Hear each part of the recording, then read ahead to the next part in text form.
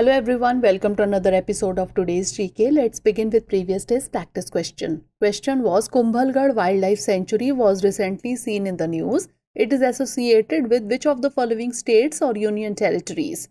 Karnataka, Madhya Pradesh, Rajasthan or Haryana? The correct answer is option C, Rajasthan.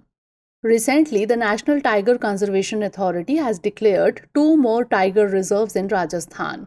In fact, apart from granting conceptual approval to 𝐃𝐫𝐢𝐬𝐡𝐭𝐢 Wildlife Sanctuary as a tiger reserve, the NTCA has also given final approval to Dholpur Karoli Tiger Reserve. With this, the total number of tiger reserves in the country has reached 55. It is worth mentioning that 𝐃𝐫𝐢𝐬𝐡𝐭𝐢 Wildlife Sanctuary is a protected area located in the state of Rajasthan. It is situated on the outskirts of the Aravalli mountain range and is home to indigenous tribal communities such as the Bhil, Garasiya and Khanabadosh Raika herders. Therefore, option C is the correct answer. Now let's begin today's session. First question is regarding Rashtriya Poshan Maha, which of the following statements is or are true? 1. The initiative was launched in Budget 2022 under Poshan Abhiyan. 2. September will be marked as Poshan Maha or Nutrition Month each year. 3. The theme of Rashtriya Poshan Maha 2023 is Suposhit Bharat, Sakshar Bharat, Sashakt Bharat. Select the correct answer using the code given below. 1 and 2 only, 2 and 3 only, 3 and 1 only, or 1, 2 and 3. The correct answer is option B, 2 and 3 only. The Government of India launched Poshan Abhiyan in March 2018 on the occasion of International Women's Day to combat malnutrition. Hence, statement 1 is not correct. Since then, the month of September has been observed as Poshan Maha.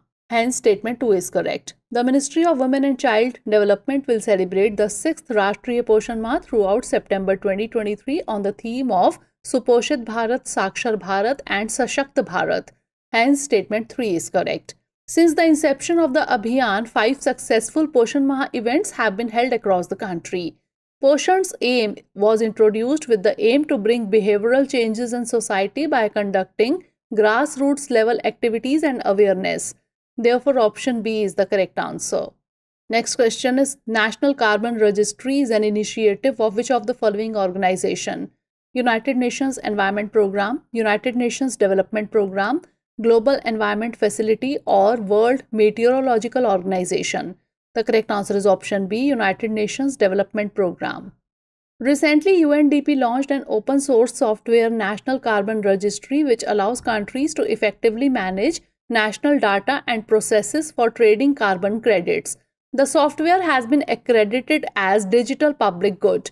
The registry's modules, software and technical documentation can be reused and tailored by countries, which could potentially reduce production cost and implementation timelines.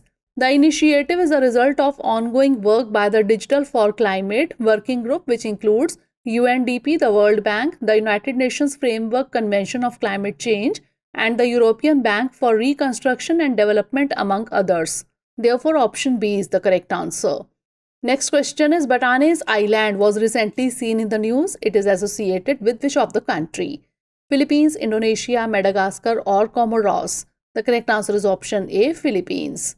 As per the local governor and the officials, the US military is in talks to develop a civilian port in the remote northernmost islands of the Philippines. The move will boost American access to strategically located islands facing Taiwan. US military involvement in the proposed port in the Batanes Islands, less than 200 km from Taiwan, could stoke tensions at a time of growing friction with China. The Bashi Channel between those islands and Taiwan is considered a choke point for vessels moving between the Western Pacific. The contested South China Sea has also become an important passage for military operations by both the US and China. Therefore, option A is the correct answer. Next question is in the context of which of the following Kakrapar atomic power project was mentioned in the news recently? To highlight its contribution to renewable energy, to announce its closure due to safety concerns, to become India's first indigenous 700 megawatt nuclear reactor with full capacity operations, or to highlight its role in space exploration. The correct answer is option D, to highlight its role in space exploration. Recently, India achieved a significant milestone in nuclear power production as the first indigenous 700 megawatt nuclear reactor at Kakrapar Atomic Power Project in Gujarat started fully capacity operations. The KAPP reactor initiated commercial operations on June 30 but has been operating at 90% capacity until now. It is noteworthy that the Nuclear Power Corporation of India Limited is constructing two 700 megawatt pressurized heavy water reactors at Kakrapar with significant progress achieved as of July.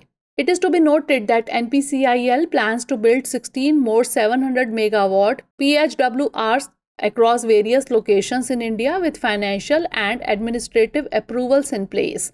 It is to be remembered that India currently operates 23 nuclear reactors across 8 nuclear power plants with a total installed capacity of 7,480 megawatt. Therefore, option D is the correct answer. Next question is, consider the following statements regarding the sodium-ion batteries. 1. These are rechargeable, which requires the exchange of sodium ions between the electrodes during battery charging and discharging. 2. They charge faster compared to lithium-ion variants. 3. Their production is more expensive than lithium-ion batteries. How many of the statements given above is or are correct? Only 1, only 2, all 3 or none. The correct answer is option B, only 2. Recently, a startup from Coimbatore, AR4 Tech, has partnered with Singapore's Sodium Energy to develop sodium-ion battery packs. It should be noted that sodium-ion batteries are rechargeable batteries that involve the exchange of sodium ions between the electrodes during battery charging and discharging. Hence, statement 1 is correct. They charge faster compared to lithium-ion variants. Hence, statement 2 is correct.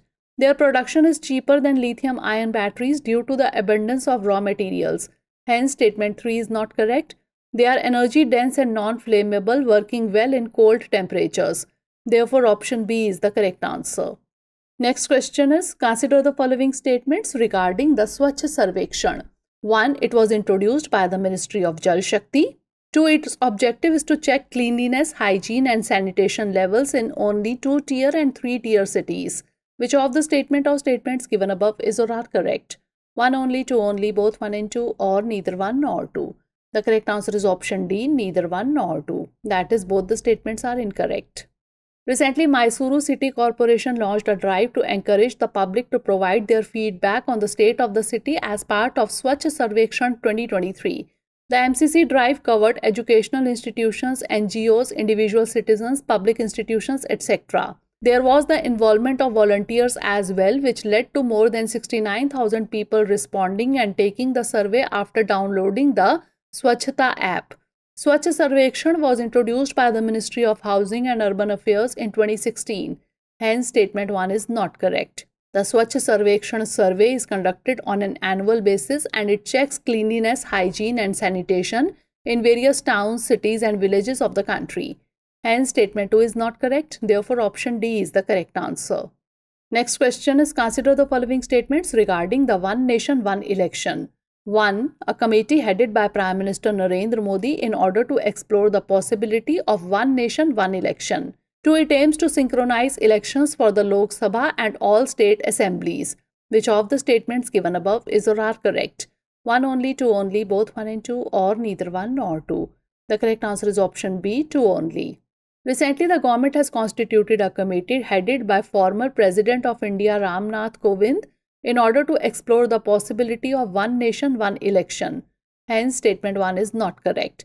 The concept of One Nation, One Election in India aims to synchronize elections for the Lok Sabha, that is the lower house of India's parliament, and all state assemblies. Hence, statement 2 is correct. The primary benefit of One Nation, One Election is the reduction in the cost of conducting elections, as each separate election requires a huge amount of financial resources.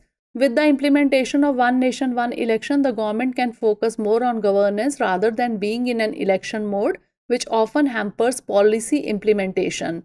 Therefore, option B is the correct answer.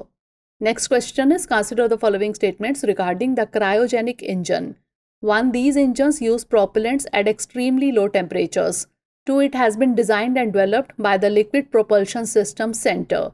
Which of the statements given above is or are correct? 1 only, 2 only, both 1 and 2, or neither 1 nor 2. The correct answer is option C, both 1 and 2. Recently, a cryogenic rocket engine has been successfully tested, which will be used in mission Gaganyaan.